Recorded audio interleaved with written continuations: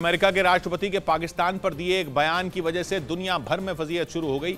अमेरिकी राष्ट्रपति बाइडेन ने पाकिस्तान को दुनिया के लिए खतरनाक बताया था, लेकिन अपने बयान पर अमेरिका ज्यादा दिनों तक कायम नहीं रह पाया। बाइडेन ने कहा था कि पाकिस्तान के पास परमाणु बमों का होना बहुत बड़ा खतरा है, लेकिन ये बयान तो अमेरिका की ही फजीहत की वजह बन गया। दुनिया को पता चल गया कि सुपर पावर कहलाने वाला अमेरिका कितना कमजोर हो चुका है, क्योंकि पाकिस्तान की तरफ से हुआ थोड़ा सा विरोध भी अमेरिका झेल नहीं पाया। पाकिस्तान की सरकार ने अमेरिका के राजदूत को बुलाकर बयान पर नाराजगी जताई थी। इतनी सी बात ने अमेरिका को हिलाकर रख दिया। अमेरिका के विदेश मंत्रालय ने बयान जारी कर बाइडेन के बयान पर सफाई दी। ये तक कह दिया कि पाकिस्तान एक जिम्मेदार देश है और वो अपने हथियारों की हिफाजत कर सकता है। माना जा रहा है कि अफगानिस्तान और चीन दोनों ही अमेरिका की बड़ी टेंशन है। दोनों से ही निपटने के लिए उसे पाकिस्तान को अपनी मुट्ठी में रखना जरूरी है। यही वजह है कि पाकिस्तान की थोड़ी सी नाराजगी भी बाइडेन झेल नहीं पाए। दाऊद इब्राहिम पर पूछे गए न्यूज 18 के सवाल पर पाकिस्तान के अधिकारियों ने चुप्पी साध ली। पाकिस्तान से एक प्रतिनिधिमंडल दिल्ली में हो रही इंटरपोल महासभा की बैठक में शामिल होने पहुंचा था, लेकिन जब उसमें शामिल लोगों से दाऊद के पाकिस्तान में होने पर सवाल पूछा गया तो उनकी बोलती बंद हो गई।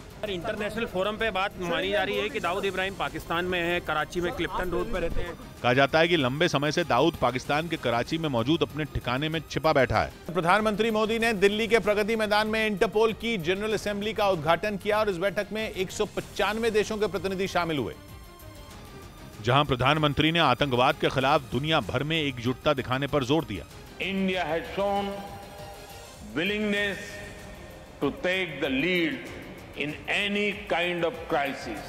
भारत में इंटरपोल की जनरल असेंबली 25 साल बाद हो रही है। आतंकियों और गैंगस्टरों के बीच गठजोड़ पर एनआईए ने बड़ी कार्रवाई की। उसने दिल्ली और पंजाब समेत 5 राज्यों में 40 से ज्यादा ठिकानों पर छापेमारी की, जिनमें हरियाणा के सोनीपत में लॉरेंस बिश्नोई गैंग से जुड़े 2 शार्प शूटरों के ठिकाने भी शामिल रहे। विरोध की आशंका को देखते हुए एनआईए की टीम के साथ भारी संख्या में पुलिस बल भी मौजूद रहा। बताया गया कि ये कार्रवाई भारत और विदेशों में आतंकियों, गैंगस्टरों और ड्रग्स माफिया के गठजोड़ को खत्म करने के मकसद से की गई। इस छापेमारी में एनआईए ने अलग अलग जगहों से भारी मात्रा में कैश, गहने और हथियार भी बरामद किए। किम की धमकी के जवाब में अमेरिका और दक्षिण कोरिया जल्द ही एक बड़ी एयर ड्रिल शुरू करेंगे, क्योंकि आशंका जताई जा रही है कि किम अपने दुश्मन देशों के खिलाफ परमाणु हथियारों का इस्तेमाल कर सकते हैं। और हाल के दिनों में उन्होंने 2 ऐसी क्रूज मिसाइलों का परीक्षण भी किया जिनमें परमाणु हथियार भी लोड किए जा सकते हैं। और इन परीक्षणों के बाद ही यह माना जाने लगा कि किम परमाणु हमले की तैयारी में जुट गए हैं। अमेरिका और दक्षिण कोरिया को भी लगने लगा कि किम कभी भी परमाणु बम छोड़ सकते हैं, क्योंकि बैलिस्टिक मिसाइलें तो वो इस महीने में कई बार दाग ही चुके हैं। साथ ही पिछले दिनों उन्होंने अपने लड़ाकू विमानों की ताकत भी दिखाई और दक्षिण कोरिया की सीमा के करीब अपने 10 फाइटर जेट भेज दिए। दक्षिण कोरिया ने आरोप लगाया कि उत्तर कोरिया के लड़ाकू विमान उसकी समुद्री सीमा के बेहद करीब पहुंच गए थे और उन्होंने वहां फायरिंग भी की थी, जिसे अमेरिका को दी गई खुली धमकी की तरह देखा गया। इसीलिए अमेरिका ने भी किम को अपनी हवाई ताकत दिखाने की ठान ली, जिसके लिए उसने अपने सबसे आधुनिक और घातक F-35 लड़ाकू विमानों को एयर ड्रिल के लिए दक्षिण कोरिया भेजने का ऐलान कर दिया, जो आसमान में गरजकर दुश्मन को दहलाने के लिए जाने जाते हैं। दावा है कि ये 2018 के बाद अमेरिका और दक्षिण कोरिया की सबसे बड़ी एयर ड्रिल होगी।